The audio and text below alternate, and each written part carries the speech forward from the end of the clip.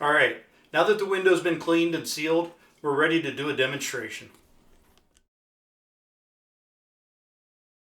Okay, these windows have dual action locks on them. So what you want to do is you want to move them to that position right there, which unlocks your window. And you can go ahead and raise your window up, and it comes up here, and it hits your sash stop, so it won't go any higher than that. But go ahead and bring it back down a little bit.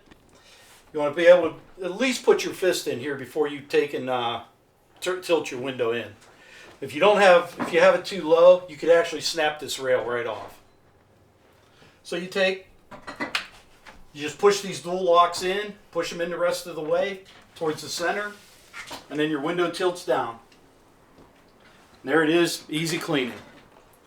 Your top sash, all you have to do with that is lower that down. Reach up here, you'll find two clips, push those in. Those are the clips right here. You push those in, and you can let that rest against your bottom sash. And you can go ahead, now you can clean both windows. Makes it nice and easy. Go ahead, you tilt your window back up. Push it all the way back up into position. Grab your lower sash. Do the same thing with it, tilt it back up. Put it in position, and you have your night locks. You just take and push those in, just like that.